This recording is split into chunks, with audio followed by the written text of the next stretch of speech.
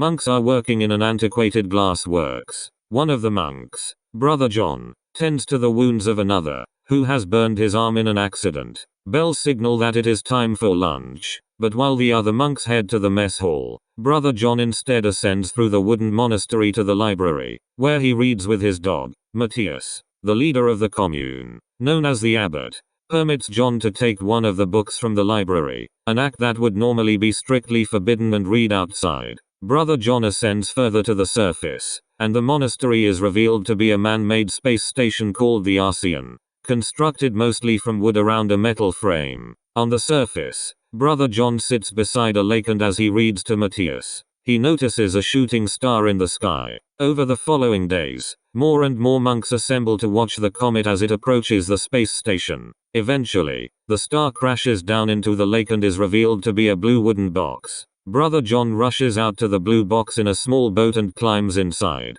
It transpires that all technology has been cast aside by the monks, and as a result John has never seen anything like this before. Within, he finds the doctor and Louisa lying unconscious on the floor, and he rescues them from the blue box, despite the protests of the other monks.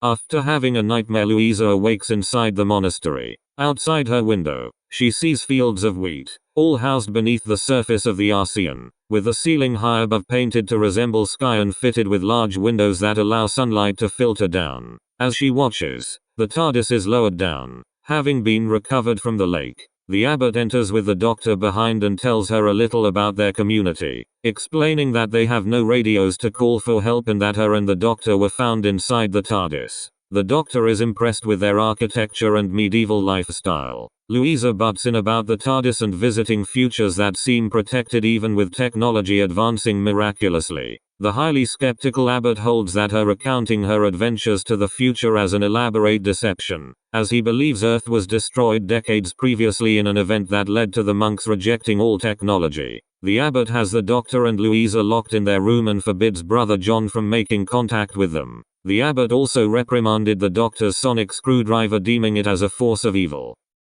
Later that night, Brother John and another monk, Brother Graham, witness a Bonaraith. A muscle-exposed bone-caged Komodo dragon-esque creature emerges from one of Brother Graham's sheep. Before it can escape, they kill the infant creature by burning it alive. Following the incident, the doctor and Louisa are brought to a kangaroo court where they are subjected to a one-sided show trial by the abbot and the other senior monks on the ARCEON, who charge them with bringing the evil to their commune. The doctor was baffled by this and tries to explain that he doesn't know how a Bonaraith had came onto the ARCEON. The abbot then mentions the TARDIS. Louisa then stood up angrily and said that they never smuggled the Bonaraith onto the ARCEON, believing the monks are outright blaming them for it. The doctor told Louisa to keep quiet and let him do the talking. The abbot looks at the doctor and disapproves of this behavior. They are imprisoned in the lowest levels of the ARCEON, and resign themselves to their fate. Fortunately, Brother John does not share the abbot's belief that the doctor and Louisa are to blame for the events at the monastery, and eventually decides to head into the lower levels to seek their advice. After he leaves, several monks are killed by the Bonaraith in the communal lavatory. In the cells, the doctor and Louisa discover that another man, an android named Anthony, is imprisoned in the chamber adjacent to theirs. Having been banished when it was discovered he represented the technology the monks had vowed to cast out. The doctor passes the time recounting to Anthony his experiences of being a Time Lord and his knowledge of time travel. When Brother John arrives, he begs for the doctor and Louisa's help, and while they initially refuse to go on fighting the Bonaraith, an act the doctor considers futile, he ultimately convinces them to help him and frees both them and Anthony. They elect to head to the technology room, the chamber where the station's air and gravity are produced, in the hopes of finding something that may be used as a weapon. As they move there, Brother John reveals that the Order on the ARCEON started out as an anti-technology movement on Earth, which grew exponentially after a computer virus wiped out a huge proportion of all the data stored on the planet. People flocked to their cause, and their rejection of modern technology threatened various corporations' profits. As a result, the movement's members were banished aboard ARCEON for the crime of political heresy. Back on the upper levels, the Bonaraith runs amok through the helpless monks, who have only primitive farm tools with which to defend themselves. It attacks several monks in a field of corn, and soon the crop is set ablaze. However, The abbot escapes, and eventually reunites with the doctor, Louisa, Anthony and brother John in the lower levels. Upon reaching the door to the technology room, they are attacked by the Boneraith. While Louisa struggles to open the door, the doctor, Anthony and brother John fight the creature off using the bear traps that have been set in the area to stop monks venturing into the technology room. They succeed, but Anthony is critically damaged in the process. The survivors make it into the technology room and seal the Boneraith outside. They discover the technology room in fact contains nothing but wood and cloth windmills that circulate the station's air and water, and the truth becomes apparent that the ARCEON was never meant to be sustainable, and was always intended as a death sentence for the heretics as its air would eventually run out. To make matters worse, the fires started by the Boneraith's rampage have now used up a large amount of the remaining oxygen and also destroyed the crops that helped to refresh the atmosphere. As the survivors argue about escaping, Louisa notices the abbot's head has been severed by the Boneraith. The doctor and brother John elect to make for the TARDIS and use it to flee the station. However, Anthony is forced to stay behind due to the damage he received during the earlier fight with the Boneraith. After the others leave, Anthony is destroyed by the Boneraith. Eventually the doctor, Louisa and brother John reach the library, just below the TARDIS, but are again confronted by the Boneraith.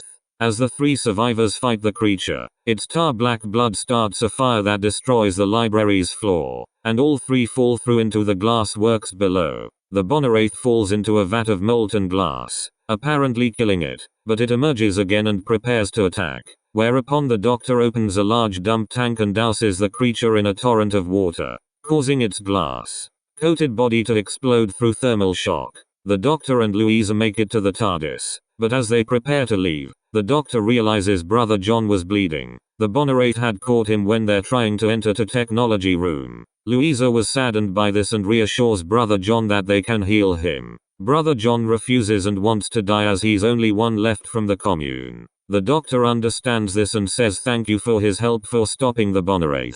Brother John gives back the doctor's sonic screwdriver and mentions that he secretly took it from the abbot. Louisa teared up at this and couldn't hold her speech. Brother John presented his dog Matthias to her and says he needs a home. Louisa agrees to this and says she'll take of him. Brother John smiled.